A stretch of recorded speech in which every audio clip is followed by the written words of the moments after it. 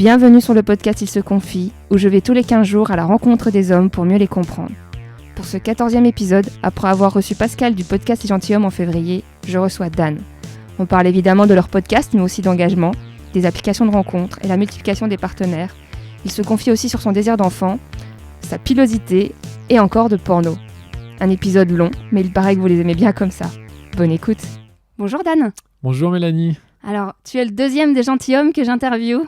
Ouais, c'est pas mal. Bah ouais. 2 sur 3, c'est pas mal. Et pour ceux qui connaissent pas, parce que peut-être qu'il y en a qui n'ont pas écouté l'épisode avec Pascal. Ouais, il faut qu'ils l'écoutent, je pense, c'est important. Très bien. On parle beaucoup du ghosting, on parle même des problèmes d'érection, je crois. Ouais, je m'en rappelle, ouais. Et super épisode. C'était en février, je crois. Donc il manquera plus qu'un. Je pense que ce sera peut-être exactement. En décembre. Le 3e gentilhomme. Voilà. Et du coup, tu veux que je présente un peu le podcast ? Ouais, pour ceux qui connaissent pas. Alors écoute, donc on est trois copains, donc Pascal, Connie et moi-même. On a eu l'idée en fait il y a 3 ans. Ouais, il y a 3 ans à peu près, on s'est dit.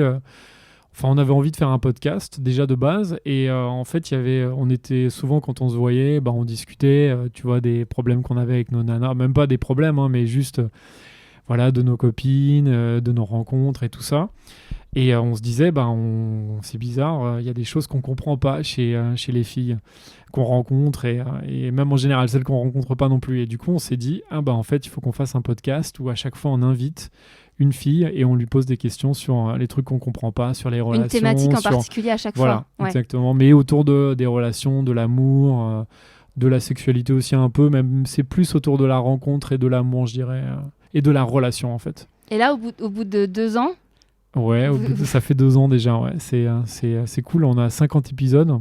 Et vous y voyez plus clair ? Enfin, toi, tu vois plus clair ? Je pense qu'on y voit quand même plus clair. Après, chaque histoire est différente, donc en fait, c'est ça qui est hyper intéressant, c'est qu'à chaque fois, on apprend des trucs. Chaque nouvel épisode, en fait, c'est la possibilité d'apprendre de nouveaux trucs. Mais du coup, qu'est-ce qui a été beaucoup plus clair, que tu aurais pu apprendre suite aux 50 épisodes, c'était pas évident avant le podcast ?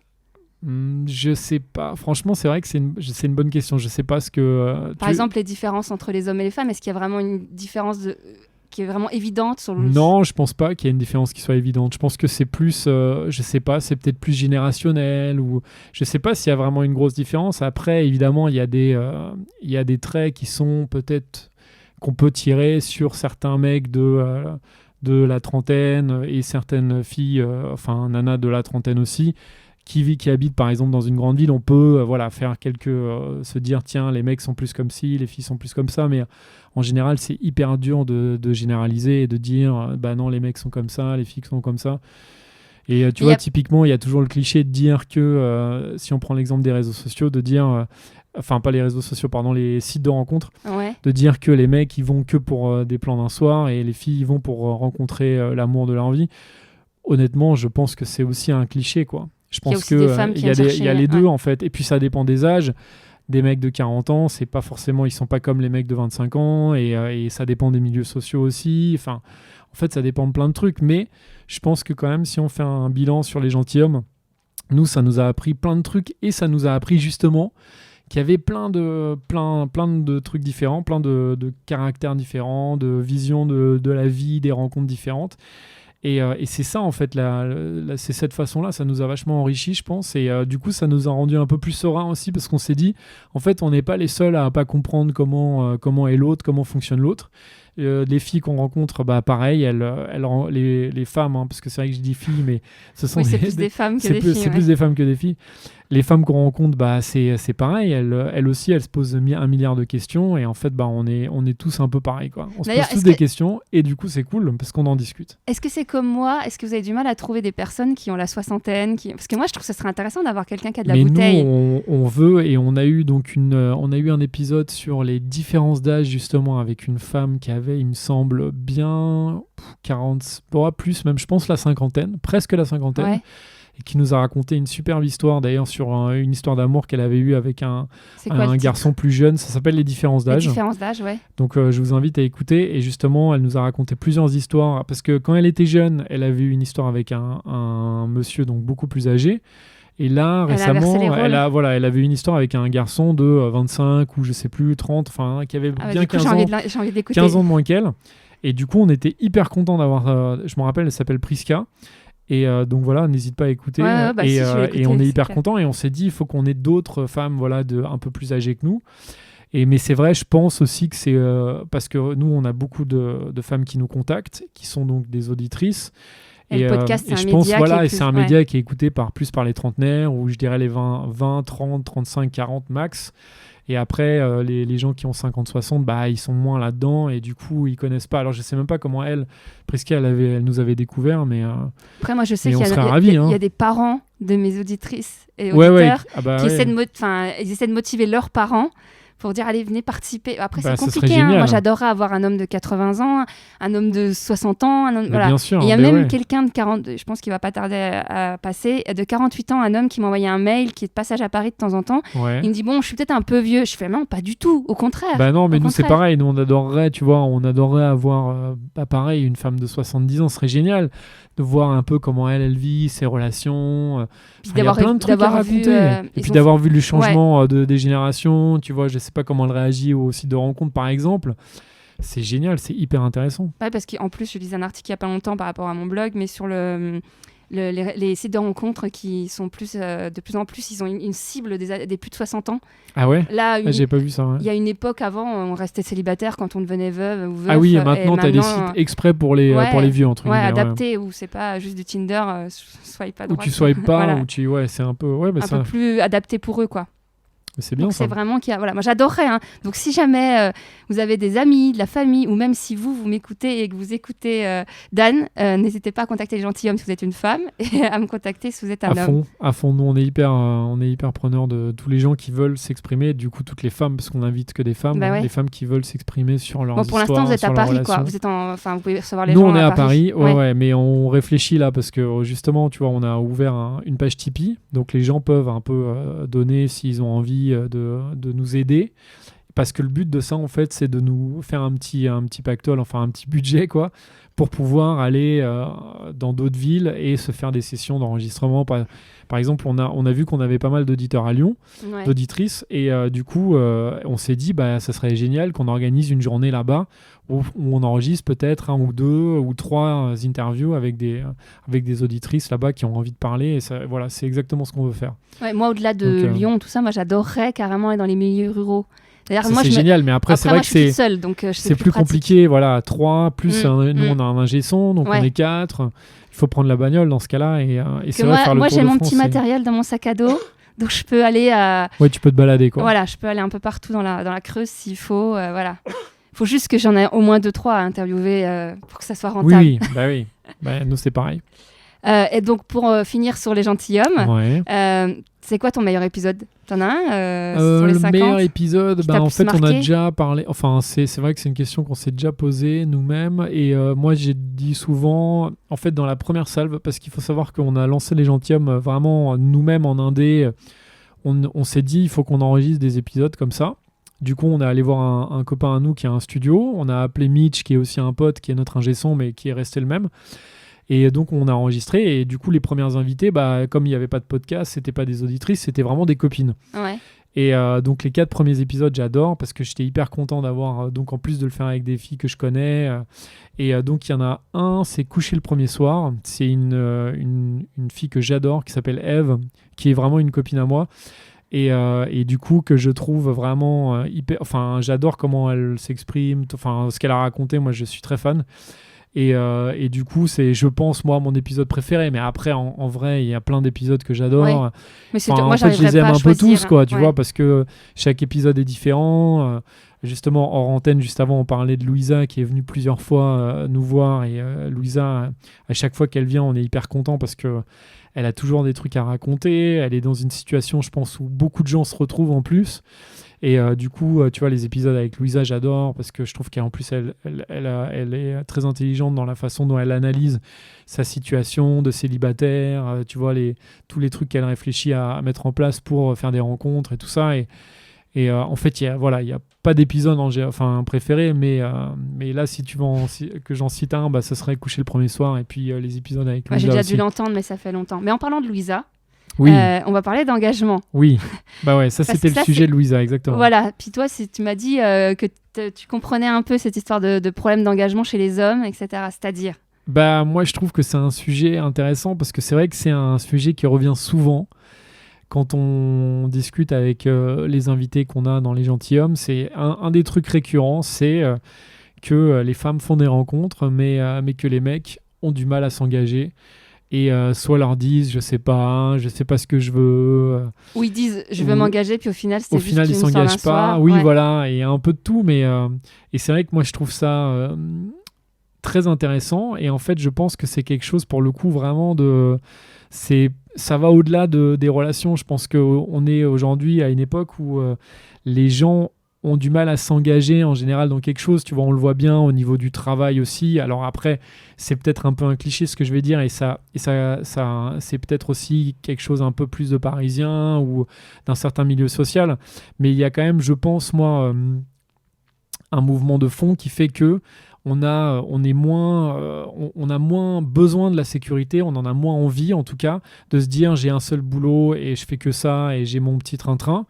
Et pour les relations, je pense que c'est un peu pareil.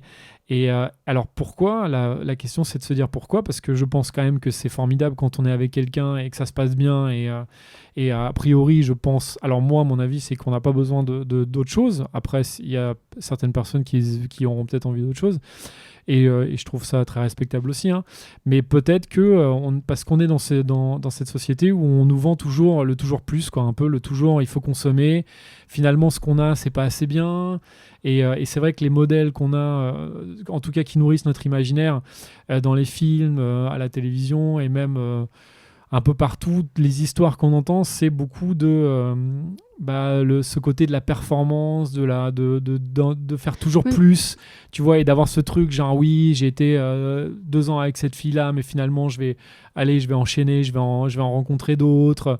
Tu crois pas qu'il y a un âge aussi, en fait, en fonction de l'homme, l'âge qu'il a? Si, sûrement, mais je pense que ça, quand même, c'est un truc de fond qu'il y a et qu'il y avait pas avant, ou en tout cas, alors peut-être qu'il y avait, mais moi, du coup, je l'ai pas. Ouais. Alors après, c'est vrai que forcément, moi, je suis de cette génération-là aujourd'hui, donc j'ai pas trop, je sais pas comment c'était au niveau de mes parents, mais j'ai moins l'impression que ça l'était. Alors. Mais est-ce qu'avant, ils avaient pas moins le choix? C'est-à-dire qu'on se mariait plus vite, plus facilement, et on se prenait... Là, maintenant, c'est vrai qu'il y a le champ des possibles avec Tinder, avec... Bien sûr, ouais. Et c'est vrai que ça, ouvrir le champ des possibles, c'est un peu ouvrir la boîte de Pandore, mais qui est aussi un peu...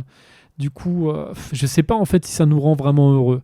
En fait, toute cette question du choix, moi, je trouve ça très intéressant parce que justement, il y a plein de bouquins qui ont été écrits sur le choix et qui racontent des trucs comme les gens qui choisissent pas leur partenaire. Et c'est pas forcément un bon exemple, hein, mais ça marche. Mais des fois, ça marche mieux que les gens qui choisissent leur partenaire ou qui en changent tous les. J'ai déjà lu ça. Et c'est vrai que les 36 du mois. Moi, je suis allée en Inde. Enfin, je l'ai déjà dit dans ce podcast, mais je suis allée en Inde et c'est vrai que même si on ne veut pas comparer nos sociétés et qu'il y a plein de désavantages, mais elles n'ont pas choisi pour la plupart leur mari. Ouais. Mais je crois que les maris non plus, en fait. C'est aucun des deux a choisi, je crois. Il y a souvent des arrangements familiaux. C'est des arrangements etc. familiaux. Ouais. Mais au final, c'est vrai que.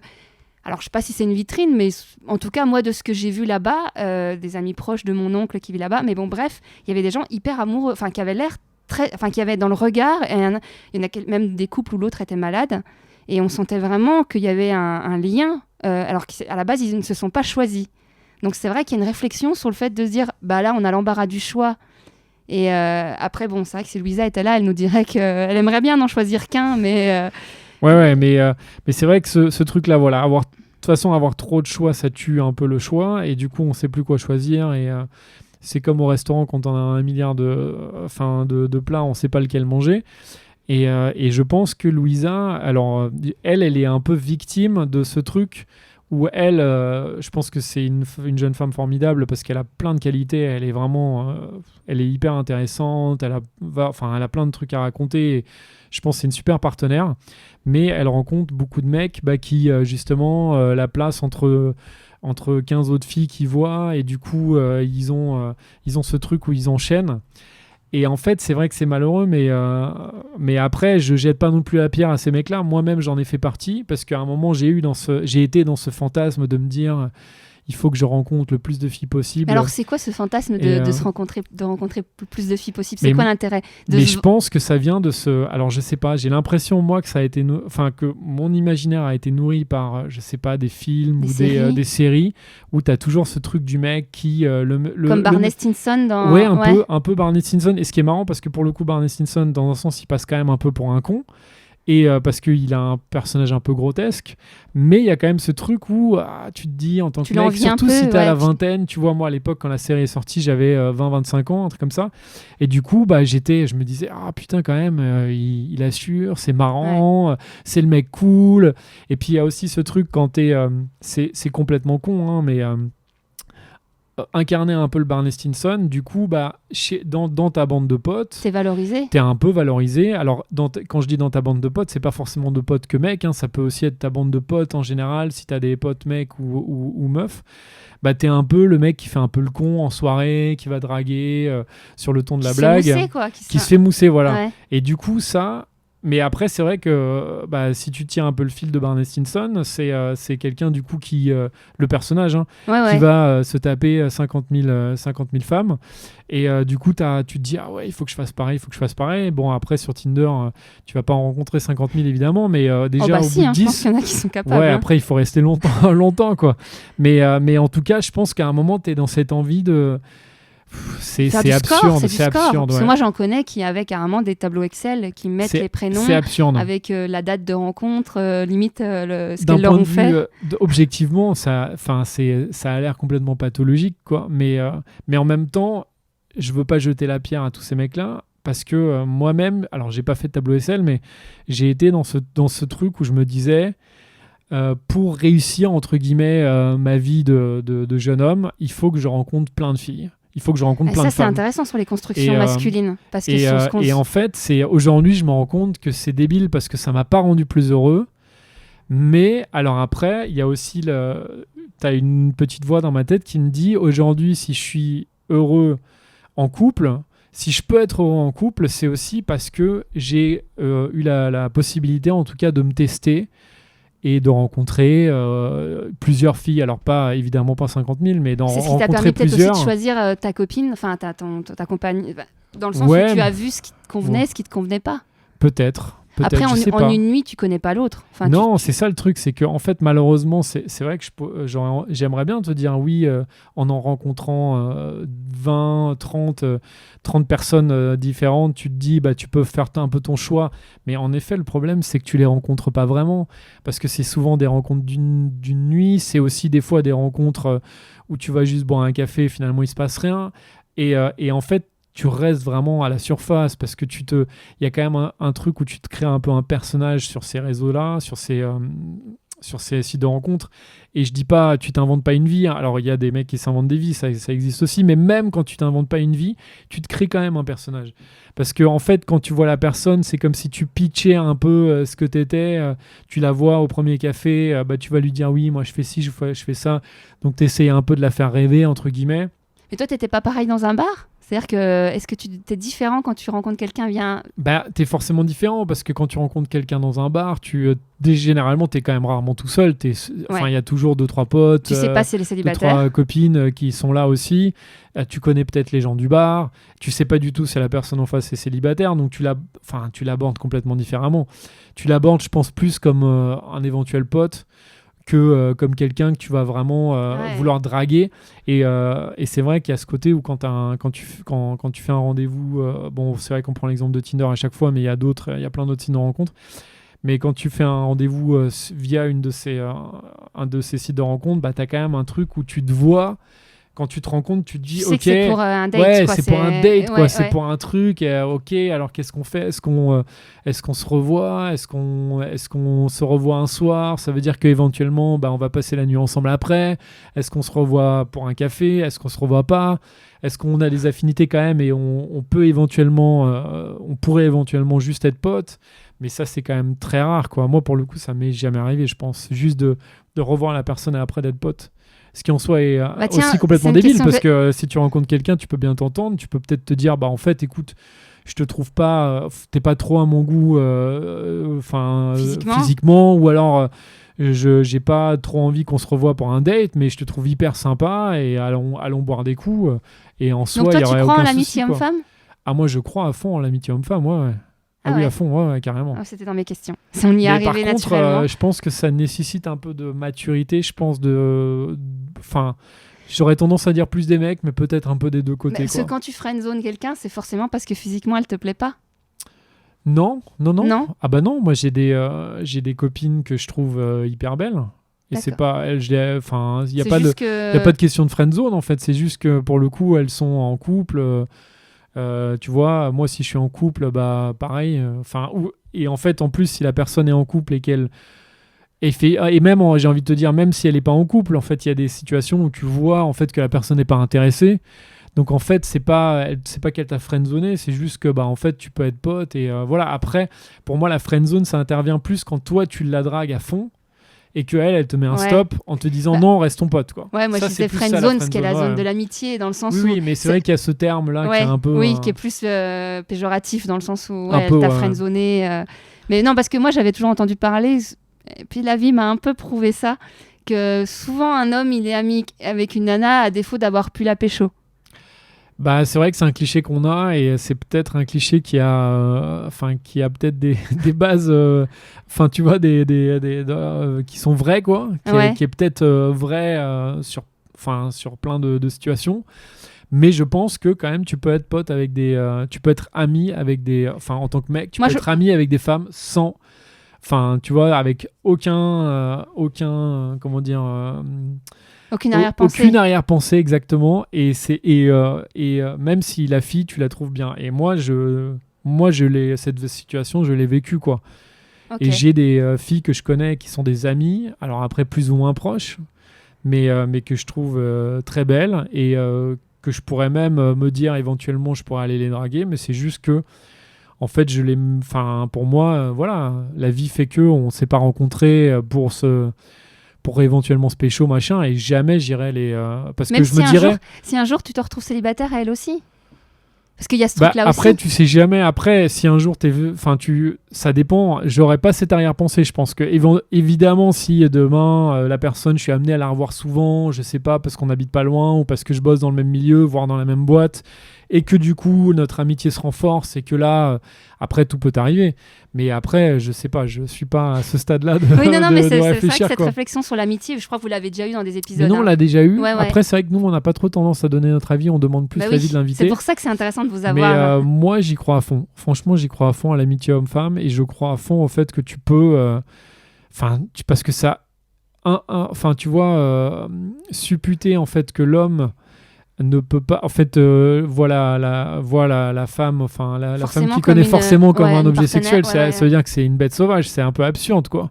Enfin, après, peut-être qu'il y a des hommes... Sûrement, il y a des hommes qui sont des bêtes sauvages à ce niveau-là. Mais moi, j'aimerais bien me dire que je n'en suis pas une, quoi. Ouais. Parce que c'est quand même absurde de se dire, ah bah non, elle est jolie, il faut que je lui saute dessus, quoi. Enfin, tu vois... Ouais, non, mais moi, je suis d'accord. Hein. Moi, j'espère me dire que c'est un cliché. J'espère me dire que c'est un cliché. Alors, peut-être que c'est un cliché, encore une fois, qui a beaucoup de vrai, qui a beaucoup de mecs qui sont comme ça, et c'est un peu malheureux.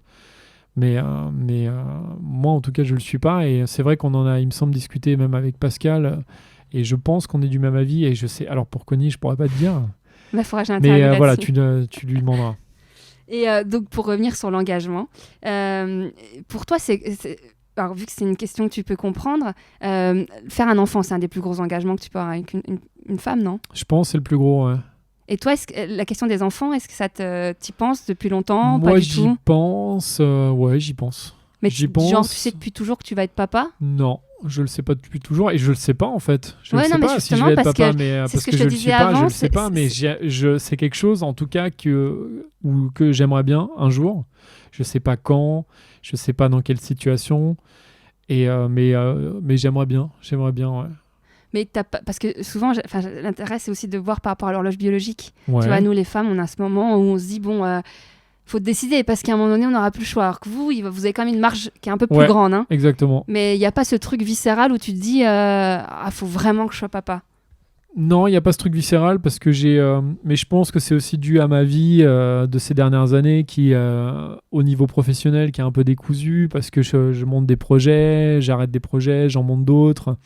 Et je ne suis pas dans une situation où j'ai un boulot fixe, tu vois, et je suis dans une routine où je peux me dire j'ai aussi un revenu tous les mois depuis tant. Et je peux me dire, que voilà, ça joue, ça ? Ah oui, moi ça joue pas mal. Après, il y a aussi évidemment ton partenaire. Il faut, parce que t'es deux pour faire un enfant. Donc la question, c'est de voir ton partenaire. Est-ce que cette personne-là a envie d'avoir un enfant ? Est-ce qu'elle a envie de l'avoir en même temps que toi ou pas ? Mais c'est marrant. Et ça, c'est toute une discussion à avoir, et puis après voilà. Mais moi, si je prends juste moi-même, moi je dirais qu'aujourd'hui je suis pas pressé. Mais par contre, je sais que moi, je suis très content je serais très content parce que c'est vrai que je pense à ma sœur qui est maman de 2 filles maintenant. Et en fait, ça m'a beaucoup, beaucoup touché parce qu'elle a eu sa première il y a 5 ans maintenant, presque 4 ans et demi. Et je pense parce que du coup, je suis quand même assez proche de ma nièce. C'est ça, on dit oui, ma une nièce, ouais. nièce, à moins que tu sois parrain. Non. Donc de ma nièce, et en fait voilà, ça m'a beaucoup touché de la voir un peu grandir, et du coup je me suis dit en fait c'est vrai que c'est génial comme expérience, mais après c'est vrai qu'il faut aussi avoir le cadre, je pense, un peu c'est marrant parce que vous êtes beaucoup les hommes à parler de ce, je crois que c'est Rémi aussi qui en parlait il y a 2 épisodes avant, ouais. Sur le côté où fallait remplir les cases, un peu ce côté un peu très pas matérialiste, mais ce côté très, je sais plus l'expression, mais où il fallait qu'il ait le métier, la maison, et après, une fois qu'il avait tout ça, c'était le moment de faire le bébé. J'imagine la partenaire aussi, sûr, quand même, ça forcément. Ça suivait dans le truc, mais c'est vrai écoute, moi, la maison, j'y avais pas pensé, mais en tout cas, oui, le cadre financier quand même. Et je dirais même pas le cadre financier, mais l'espèce de stabilité dans ta vie professionnelle, de savoir un peu où tu vas. Parce que c'est vrai que là, je pense à partir du moment où tu as un enfant, tu embarques quelqu'un de plus dans ton aventure, un peu. Donc parce que là, l'aventure du couple, t'es 2 généralement. Et du coup, ça veut dire que tu embarques une 3e personne qui, en plus, elle, n'a rien demandé. Donc il faut, tu vois, pourvoir à lui donner à manger, l'habiller, machin. Et il faut avoir un peu de temps, parce que si tu es dans des projets où tu dois bosser à H24, comment tu fais, tu vois, il faut quand même s'en occuper. Donc voilà, mais en tout cas, non, moi je suis à fond pour avoir des enfants. Ah, c'est bien parce que c'est la première fois que d'habitude je pose la question seulement au papa de savoir quand c'est qu'ils ont eu l'envie d'avoir un enfant, si c'était évident, si c'était quelque chose qui... Mais je me rappelle de ce que Pascal avait dit dans son épisode, et c'est vrai qu'il dit un truc très juste, il dit qu'il savait pas avant, je crois, de rencontrer je crois que c'est lui. Enfin, il y en a plusieurs qui ont dit ça. Sa partenaire à l'époque. Et je pense que ça, c'est aussi un truc, parce que c'est évident qu'il faut aussi le faire avec quelqu'un. La bonne personne. Avec quelqu'un avec qui tu es bien et avec qui tu sais que ça va... Alors, tu sais jamais dans la vie ce qui peut arriver. Et évidemment, même les couples qui marchent hyper bien peuvent se séparer. Ça arrive. Mais je pense qu'il faut quand même que tu te dises à la base, voilà, que c'est quelqu'un avec qui tu es bien. Parce que si à la base, tu es avec une personne où tu n'es pas complètement sûr, où tu dis, ah oui, mais en fait... j'ai quand même un peu envie de la quitter. Bon, là, dans ce cas-là, c'est pas la bonne idée, quoi. Puis moi, il y a toujours ce truc où quand je vois les enfants des copains et des copines, c'est qu'ils ressemblent... souvent, le petit garçon, par exemple, chez les copines, il ressemble souvent beaucoup, logiquement, au papa. Ouais. Et chaque fois, je me dis, s'ils se séparent, il y en a qui se séparent, toute ta vie, tu verras un peu de ton ex dans ton enfant. Bah oui, mais après... faut pas penser à ça forcément. Après, c'est vrai qu'il y a des séparations aussi qui sont plus douces que d'autres. Tu vois, par exemple, nous, on a interviewé Joy dans un épisode sur les mamans célibataires. Et c'était hyper intéressant parce qu'elle nous expliquait qu'en fait, elle s'est séparée parce que donc maintenant, elle est maman célibataire. Mais je crois d'ailleurs qu'elle est à nouveau en couple maintenant. Mais en tout cas, elle n'est plus avec le papa de sa fille. Mais elle expliquait qu'elle est quand même restée en très bons termes avec le papa et qu'elle continuait à le voir avec la fille. Et du coup, ils continuaient même à se faire de temps en temps des sorties tous les 3. Alors qu'ils étaient plus ensemble, et ça je trouve ça aussi assez génial. Et c'est vrai que... Je connais pas beaucoup. Je trouve ça hyper bien. C'est bien, c'est hyper bien parce que tu te dis, ce type de séparation très douce finalement, c'est bien pour le gamin ou la gamine. Après, il y a des séparations en effet qui sont plus compliquées. Quand c'est très douloureux, oui, en effet, comme tu dis, tu vas voir si, imagine, tu t'es embrouillé à fond avec ton ex. C'est vrai qu'après, tu verras toujours dans les yeux de tes enfants, tu verras toujours c'est ça, les airs de... Ça, c'est vrai que... Moi, combien j'en entends qui se là, t'es comme ton père, t'es comme... tu vois, ça doit être chaud à gérer quand même. Moi, Je trouve ça très particulier. Pour ça, de choisir avec qui on le fait, c'est... Oui, il faut bien choisir, c'est vrai. C'est ça, ouais. Alors, je sais pas si tu as déjà écouté le podcast La Poudre. J'ai écouté une fois, oui. Souvent, elles demandent aux femmes où elles en sont avec leur utérus, comment où elles en sont. Moi, maintenant, j'en parle souvent avec les autres, hein, mais c'est plus facile à amener comme ça. T'en es où, toi, avec ta pilosité? Je vois que tu as une barbe. Ouais. Et je trouve que c'est un des sujets, la pilosité chez l'homme. Ouais. Si ça t'a travaillé ou pas, si tu en as eu naturellement, si tu as déjà eu des réflexions des femmes sur ta pilosité. Bah ouais, mais là ça fait quoi? Tu veux dire la barbe en général, ou la les pilosité poils en général, sur tout le corps? On a eu Lucas qui parlait de ses poils dans le dos. Ouais. Et qui disait que il s'était jamais épilé, mais il a même fait rire beaucoup de gens parce qu'il disait qu'il s'arrangeait pour leur faire des préliminaires un peu sympas pour qu'après elles ne regardent pas son dos ou qu'elles en aient rien à faire. C'est pas mal ça, ouais. Et il disait du coup qu'il s'épilerait jamais, mais qu'il allait se faire tatouer quelque chose pour que après voilà. Ah, c'est pas mal ça. Mais voilà, je trouve que c'est une question intéressante parce que même entre vous en parlez pas forcément de vos poils, hein, vous avez autre chose à discuter. C'est vrai. Écoute, moi je suis plutôt content de ma pilosité, sachant que j'ai des cheveux des poils là où j'ai envie d'en avoir, c'est-à-dire donc sur le visage, donc j'ai une barbe, et ça pour le coup là ça fait bien 10 ans que je porte la barbe et je pense que ça me va pas trop mal. En tout cas, c'est ce que les gens disent. Et mes proches et tout ça. Et après j'ai pas trop de poils pour le coup, et ça aussi personnellement, je suis plutôt content de pas trop en avoir. Et puis après, si tu veux tout savoir, moi je m'épile pas. Du tout. Non, je m'épile pas du tout. Non, sinon. Non, mais c'est intéressant parce que je sais qu'il y a aussi des hommes qui luttent sur leur barbe parce qu'ils ont pas quelque chose de très régulier. Ah oui. Non, moi pour le coup, je suis très content parce que elle est bien fournie ma barbe et j'ai plus le problème que. En fait, il faut aller chez le barbier régulièrement. Et tu vas chez le barbier? Bah, alors, après, tu peux te raser toi-même, mais tu vois, c'est jamais aussi bien fait que par un professionnel. C'est agréable, il paraît. Ah oui, aller chez le barbier, c'est génial. Mais là où ce qui est moins agréable, c'est quand tu passes à la caisse, parce que c'est le prix d'une coupe quasiment normale. C'est hyper cher. Enfin, c'est quand même un certain prix, quoi. Et du coup, tu vois, je me dis, tous les mois, mettre 30 balles dans ma barbe, ça me... comparé à nous, l'épilation... Un peu, quoi. Mais bon, après, je le fais de temps en temps. Des fois, je me rase moi-même avec une tondeuse, mais je le fais moins bien. Bon, heureusement, les gens le voient pas tout le temps, mais voilà. Mais non, je suis très content, moi, avec ma pilosité. Tout va bien. Tant mieux. Tout va bien, ouais. Et du côté des femmes, t'es pas du genre à... Parce que ça, par exemple... Du coup, à aimer les poils ou à pas les aimer? Ah non, mais moi, c'est pas... Non, moi, je trouve que... Je te dirais pas en général. Et en fait, je te dirais, moi, j'aime bien je pense plutôt les femmes comme elles aiment bien. Et du coup, si une femme est bien avec ses poils, je pense que j'aimerais bien. Et si une femme préfère se raser, j'aimerais bien aussi, quoi. C'est vrai, quand on parle entre filles... Parce que les deux sont bien, en fait, quoi. Il y a beaucoup de femmes qui sont complexées ou qui se disent j'ai trop de poils.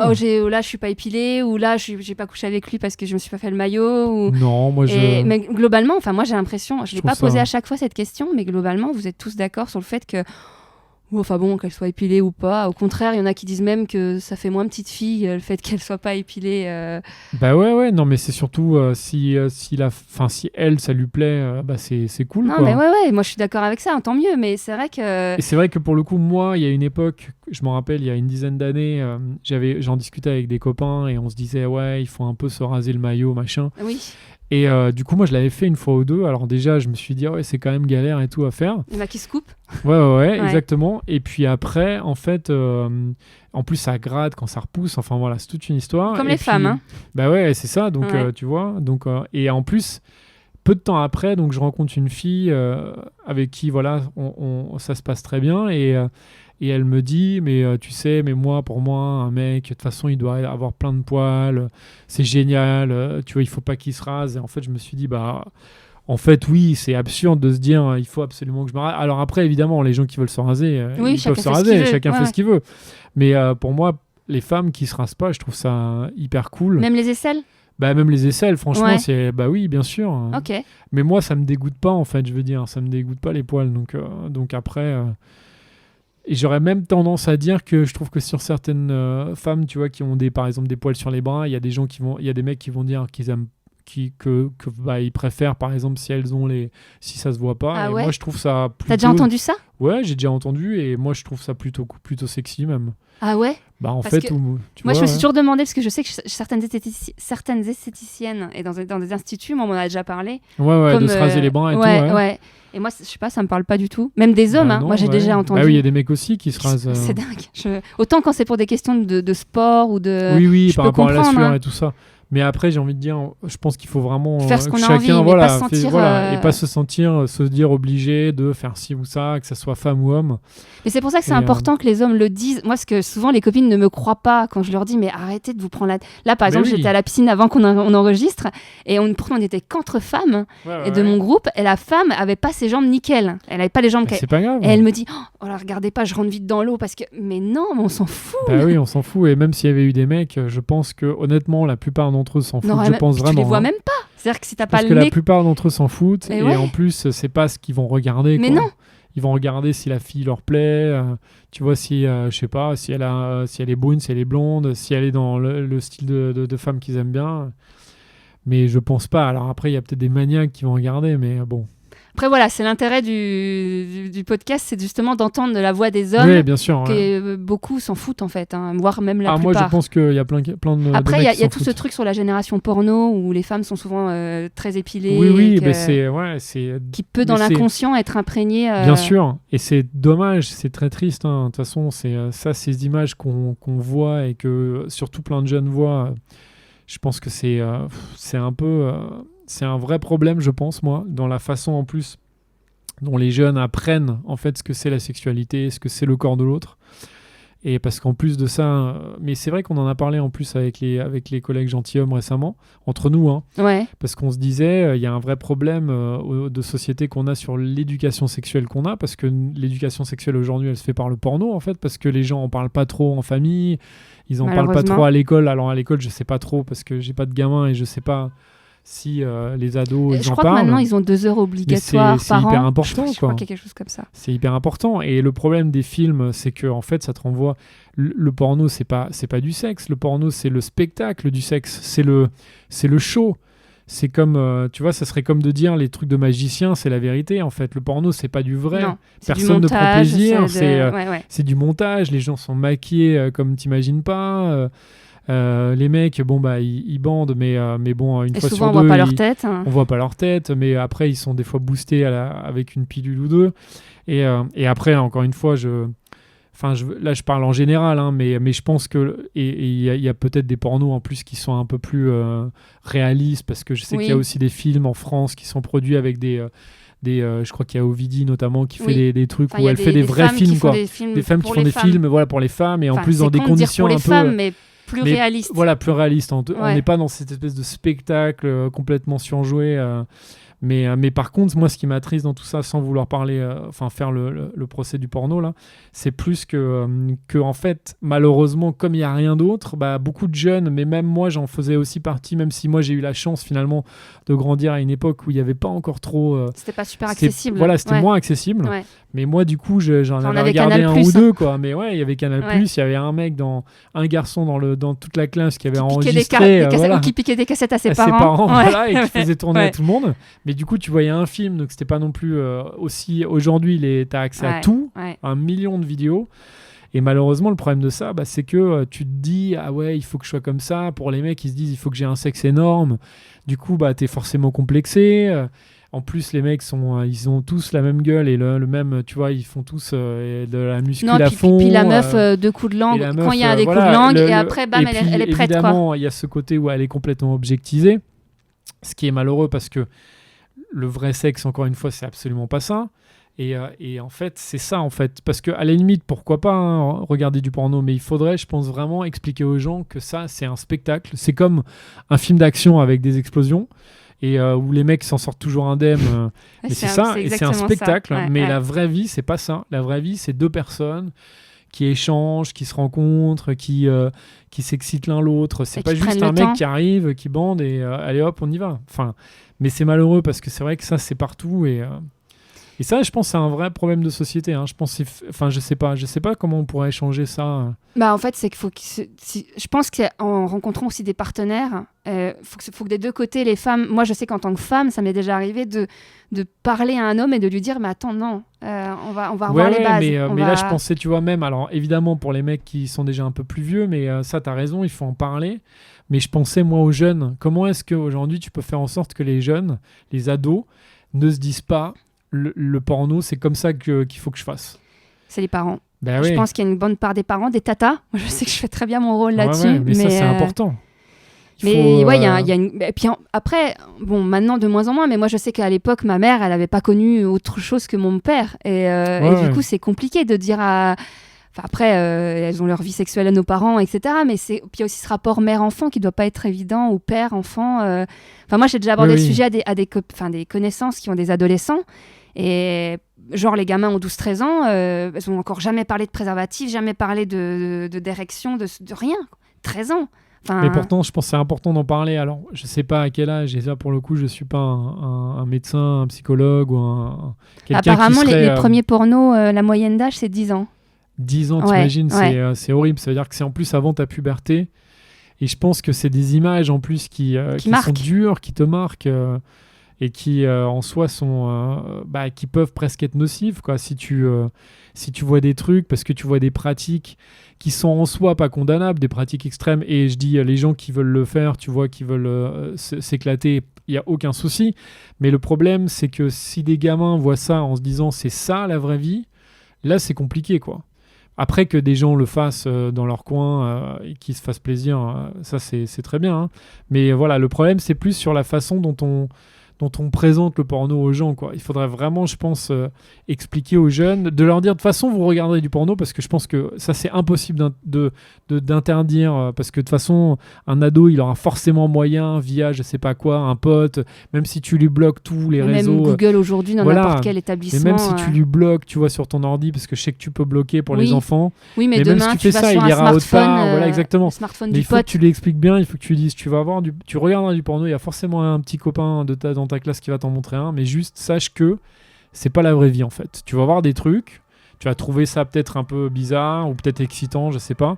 Parce que moi, je me rappelle le premier film porno que j'ai vu, j'ai halluciné. Je me suis dit, mais qu'est-ce qui se passe ? Enfin, j'étais choqué, quoi. T'avais quel âge ? Je pense que j'avais 12-13 ans, quoi. Et j'étais vraiment choqué, quoi. Je me disais, mais... Comment je vais faire ça ? Non, mais je me disais, mais qu'est-ce que c'est, quoi ? Parce que j'avais jamais vu, tu vois, un truc d'amour, un vrai truc érotique. Un vrai truc, une pénétration, j'avais jamais vu. Je me suis dit, mais qu'est-ce que c'est ? Qu'est-ce qui se passe, quoi ? Enfin, tu vois, et puis en plus, c'est surjoué.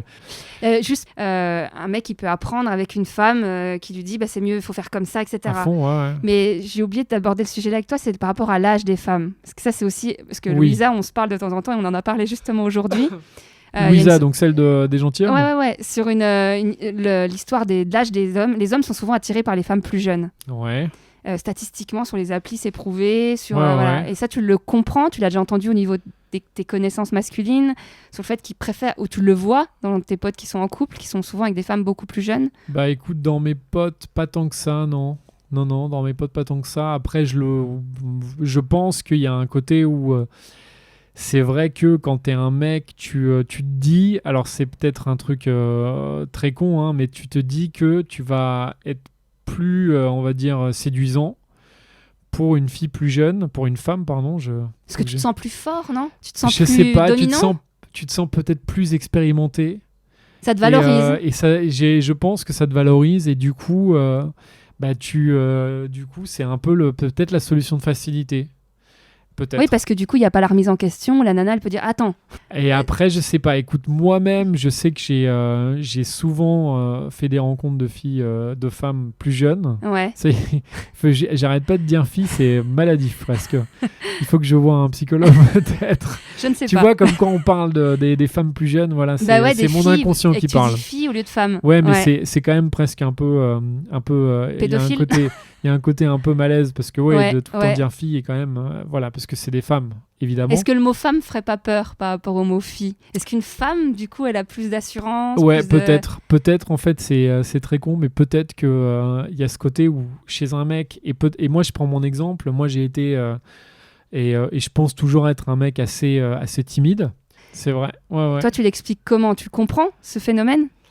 Écoute, c'est une bonne question. Dans mes amis, je dirais que les différences d'âge sont pas si grandes que ça, mais c'est vrai qu'il y a quand même une petite tendance à ce que les garçons soient un peu plus vieux que les femmes. Tu dis les garçons. Là, je dis les garçons et les filles, j'aurais dû dire, mais les hommes et les femmes, voilà. Ouais. Les hommes que les femmes. Après, pour te prendre mon exemple, moi, j'ai jusqu'à mes 25 ans, j'étais vraiment hyper timide et je pense que je me considère toujours comme un mec plutôt timide. Et du coup, je draguais pas trop. Et après, quand j'ai eu 26, 27, alors à un moment, j'étais en couple, mais après cette relation-là, je crois vers 28, 29, j'ai commencé à être plus sûr de moi et à draguer. Mais pour le coup, c'est vrai que je draguais des femmes plus jeunes, quoi, qui avaient, du coup, moi j'avais 28, qui avaient 23, 24, ouais. ou même, oui, 20, 21, quoi, des fois. Alors ça dépendait, hein, mais et je me rappelle à l'époque, déjà, et même ça m'est arrivé il n'y a pas si longtemps que ça, enfin ça remonte déjà à quelques années, mais quand je draguais des femmes de mon âge, ou plus vieilles, en fait, ça marchait pas, et il y avait ce côté où elles me prenaient pour un petit jeune, en fait. Alors après, c'est vrai que allé moi, vers la facilité. Je suis allé vers la facilité et je pense que, tu vois, je reviens à ce truc de personnage un peu quand tu dragues. Et je pense que moi, j'avais un peu ce personnage de mec un peu drôle. Et du coup, le mec un peu drôle, il est souvent un peu plus jeune. Et t'as l'autre personnage qui est le mec un peu sûr de lui, tu vois. Un peu Alain Delon. Voilà, qui se la raconte un peu, qui lui peut-être, je sais pas, mais enfin qui est peut-être un peu plus vieux, ou alors qui plaît peut-être aux femmes un peu plus vieilles que lui, ou plutôt aux femmes de 30 ans. Moi à l'époque j'allais sur ma trentaine. C'est vrai que j'aurais très bien pu... mais il me semble que j'ai rencontré aussi des femmes de 30 ans à l'époque. Mais c'est vrai que rarement ça matchait, parce qu'il y avait ce côté où... je sentais que les femmes que je rencontrais qui avaient 30 ans, elles étaient dans un truc plus... je sais pas, elles avaient envie en tout cas de trouver un mec plus sérieux et plus... mais pourtant j'étais sérieux, hein, mais pour le coup j'avais ce côté un peu... T'as l'impression que ça marchait pas. Jeune chien fou, quoi, tu vois, Ouais. dans ma présentation, quoi. Et tu vois, je faisais des blagues tout le temps, machin, et j'avais l'impression qu'elles étaient beaucoup moins sensibles à mes blagues que les femmes qui étaient plus jeunes que moi. Et c'est vrai que ça, c'est un peu resté. Et même quand je me suis retrouvé célibataire un peu plus tard, donc déjà la trentaine un peu entamée, j'ai continué en fait à draguer les femmes plus jeunes, quoi, de 25, 26, 27 ans. C'est un code que tu connais. Peut-être, Ouais. c'est probablement de la facilité. C'est pas juste une attirance physique sur le fait que tu es plus attiré physiquement par des femmes plus, attention, plus fraîches. Après, je pense que évidemment, il y a tout ce débat avec dont on a parlé beaucoup ces derniers temps dans les médias, avec quelques mecs qui ont raconté, je pense aussi comme des conneries. l'épisode avec Julien, qui est un peu comme Yann Moix, qui, au-delà de 25 ans, trouve qu'une femme est... Ouais, alors pour moi, vieille. c'est en soi, c'est évidemment, je pense un peu, c'est évidemment une connerie de dire ça, parce que en plus ça veut rien dire, trop vieille, trop jeune. Il trouve que physiquement, ça lui plaît plus, il est plus attiré physiquement. Après, bon, il a le droit évidemment d'avoir ses goûts aussi, hein, mais par contre, ce que je pense, c'est que ça dit beaucoup sur la personne qui dit ça, et je pense que cette personne-là, alors je le connais pas, mais je pense notamment à Yann Moix qui dit la même chose.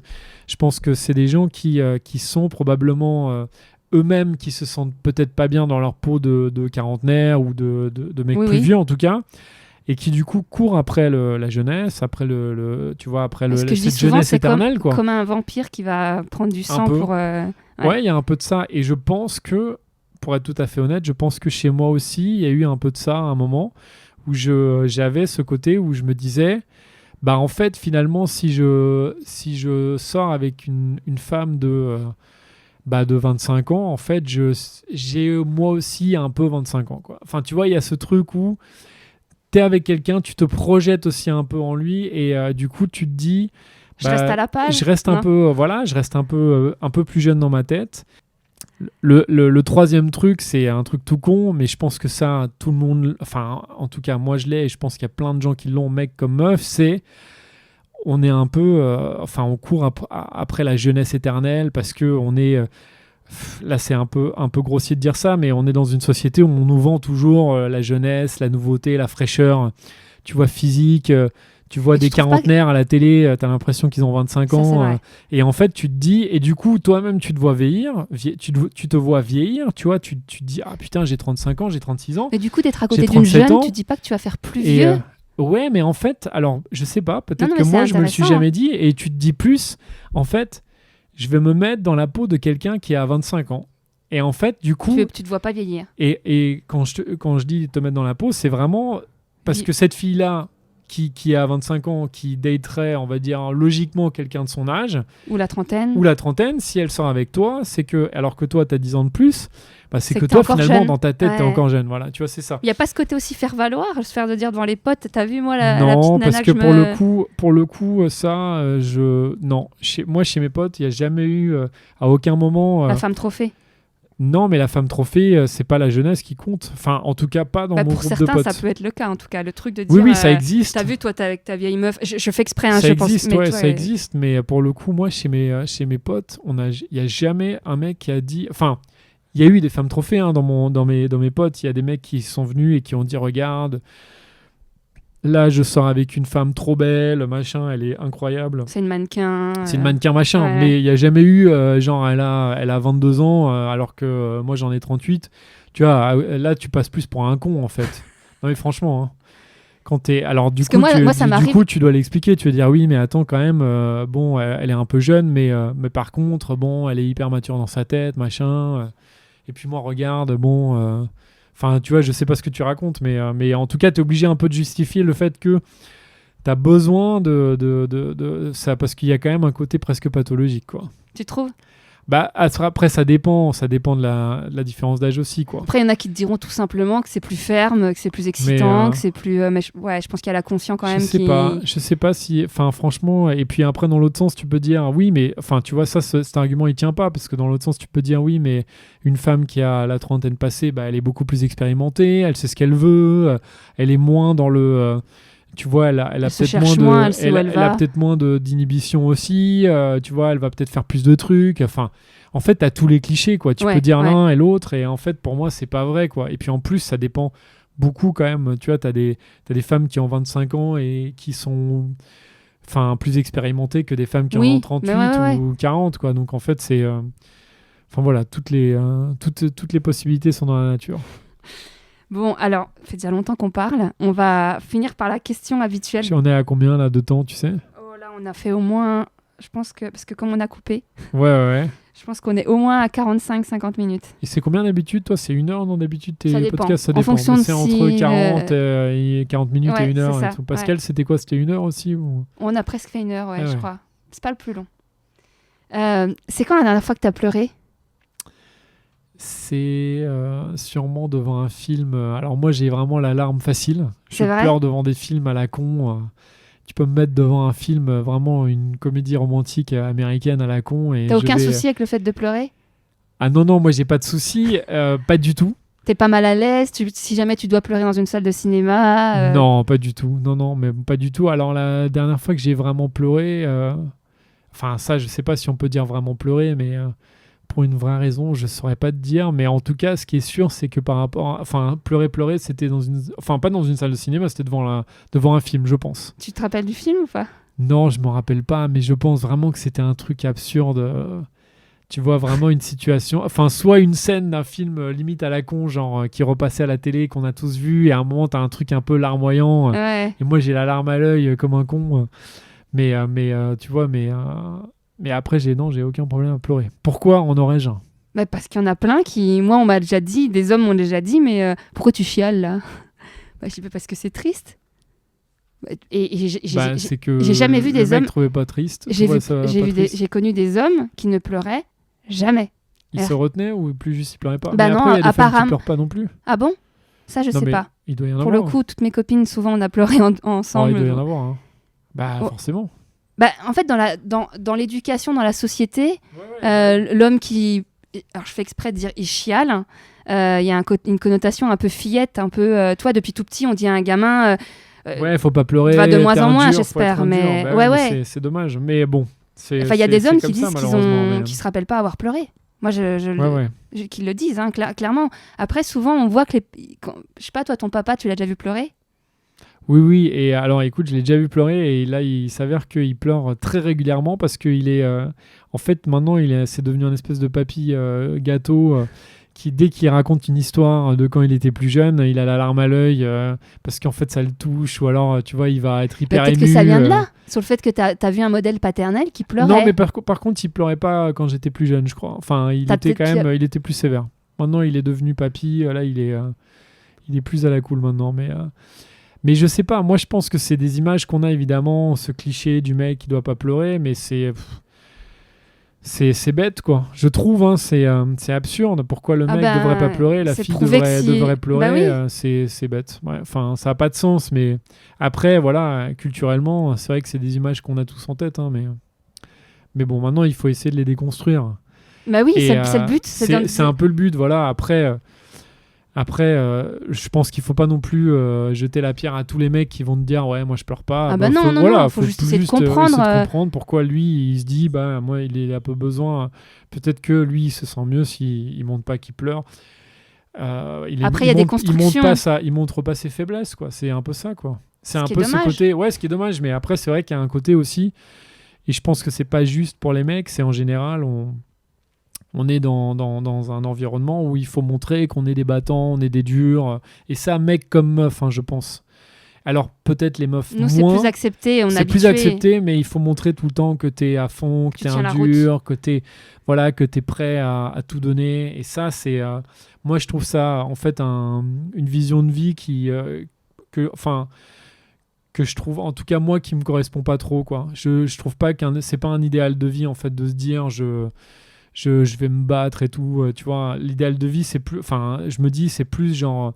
Je vais essayer de tout faire pour être heureux et pour donner du bien autour de moi, pour être bienveillant, mais pas me battre pour une éventuelle réussite en montrant que je suis un dur, machin. Mais là, on sent un peu du cadre des relations pures, quoi. Mais moi, on parle pas que de relations. Il y a le cliché de... et je pense aussi, hein, les mecs pensent que les femmes... pour les séduire, il faut montrer qu'on est dur, et je pense que c'est un cliché qui tient pas complètement la route, parce que je pense justement que le mec sensible, le mec qui pleure et le mec qui montre qu'il a sa part féminine et qui est là, et ben en fait il est aussi apprécié par plein de femmes. Après ça dépend. Ça dépend encore une fois des femmes, voilà. Ça dépend des femmes que tu dragues, ça dépend des rencontres, exactement. Voilà. Là où moi de ton milieu social aussi. Tout à fait. Tu veux ajouter quelque chose ? Il y a un sujet que... Écoute, non, je suis déjà... Merci beaucoup. C'est la fin, c'est ça ? Ouais. Merci beaucoup pour... Mais tu as toujours une part où tu peux dire... Pour m'avoir laissé raconter un peu mes petites histoires. Enfin, en tout cas, pour m'avoir laissé m'exprimer. Moi, je suis hyper content. Et écoute, merci aussi de nous donner un peu de visibilité avec les gentilshommes. On est très contents. C'est surtout vous qui m'en donnez. Écoute, on est content de t'en donner aussi, du coup. Et voilà, et moi je pense que c'est toutes ces questions-là, en fait, il faut en parler, parce que c'est vrai que dans un sens et dans l'autre, en fait, on voit des mecs camper dans leur position et de dire, bah non, justement là, comme tu disais, les mecs qui veulent pas pleurer. Et après, on voit aussi de l'autre côté des filles, des femmes, pardon, tu vois, j'aurais fait la connerie jusqu'au bout, des femmes qui vont camper dans leur truc en disant... oui, c'est tous les mêmes. Tu vois, enfin voilà. Et ça, je pense que c'est aussi un peu dommage, parce qu'évidemment, il y a plein de mecs qui sont des cons. Mais pour autant, je pense pas que tous soient des cons. Et après, je pense que voilà, aujourd'hui, le but, on est dans une situation où il faut essayer de se parler. Et nous, d'ailleurs, c'est vraiment ce qu'on fait avec les gentilshommes, et c'est ce qu'on essaye. En fait, je pense qu'on n'intellectualise pas. Et il y a des gens qui intellectualisent, hein, et c'est très bien, mais nous on est plus terre à terre, on essaye d'être à l'écoute, en fait, de chaque invité, et juste voilà, de laisser la parole, et puis de se dire en fait aujourd'hui voilà, le monde il est en train de changer, les rapports entre hommes et femmes ils changent vachement, parce que voilà, on sort de de siècles et de siècles de patriarcat et d'anciens modèles, et dans un sens il faudrait se dire c'est génial, en fait, on va changer ça, donc autant pas se taper sur la gueule, et autant se dire justement, nous les mecs, on est là pour changer ça aussi avec vous. À l'inverse, on a Franck qui est venu parler il y a pas longtemps, qui disait que lui, tellement il comprenait pas les femmes, les parisiennes, machin, qu'il allait aller voir dans l'Est, du côté de la Russie, en Ukraine, alors qu'il a 25 ans, pour rencontrer d'autres femmes, parce qu'en fait il comprend pas le fonctionnement des féministes françaises. Ouais, donc en fait lui il est dans ce modèle, on va dire un peu à l'ancienne, qui est objectivement à l'ancienne. En quelque sorte, en tout cas dans les schémas voilà, de séduction. Dans les schémas, il est dans Ouais. ce truc à l'ancienne et Plutôt que de et se il remettre en dit- question, il se Ouais, dit ouais, ça va alors- être mieux dans les pays qui n'ont pas. Ouais, et en même temps, tu vois, je veux pas. Alors, je veux pas condamner en fait ce mec-là non plus. Enfin, je pense qu'il faut justement plutôt essayer de le comprendre.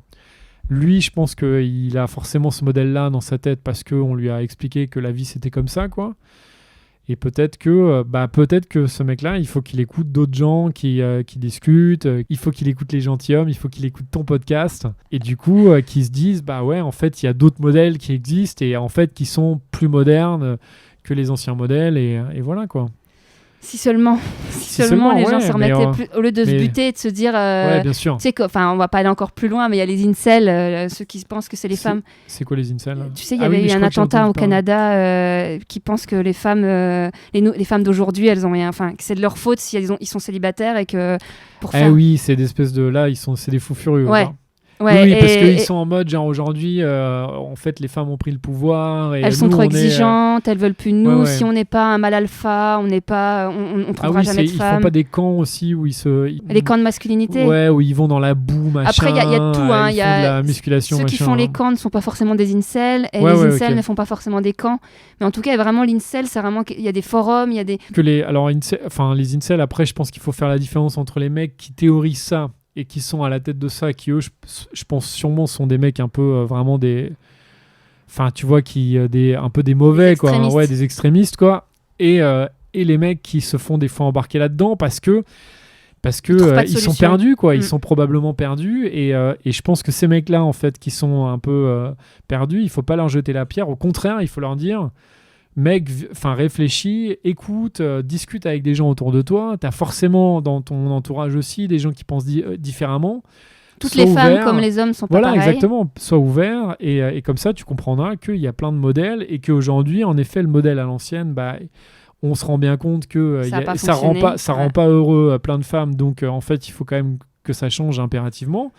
Et voilà, et regarde autour de toi, écoute des trucs, réfléchis, et voilà, je pense que c'est ça, plutôt que de leur dire, Vous avez ces rien compris. cons-là, de Ouais, toute façon, ils changeront jamais. D'ailleurs, voilà. si tu as des questionnements comme cela, n'hésite pas à me contacter pour venir en parler.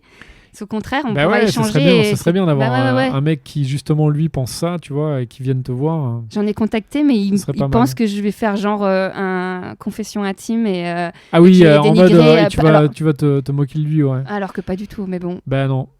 bref. Bon, alors Bah, sur ce, Merci beaucoup, Mélanie. merci à toi. Merci, et à la prochaine. Ouais. Merci d'avoir écouté cet épisode jusqu'au bout. Pour info, avec le changement de nom du podcast, j'ai été obligée de recréer une nouvelle page Facebook puisque, contrairement à Instagram, Facebook ne permet pas de juste changer le nom de la page. Pensez donc à suivre le podcast sur vos réseaux sociaux préférés pour être informé des nouveaux épisodes à venir et me contacter. Le podcast est sur Instagram, Facebook, Twitter et YouTube, dont tous les liens sont sur le site dédié du podcast, ilseconfie.com au pluriel. Je dis ça, je dis rien, mais je suis un peu plus présente sur Instagram, notamment pour faire du teasing et partager les thèmes des épisodes à venir. Enfin, si vous connaissez des hommes de 18 à 99 ans, ou vous êtes l'un d'entre eux, je suis toujours à la recherche de nouveaux témoignages. N'hésitez pas à me contacter ou leur parler du podcast. À très vite.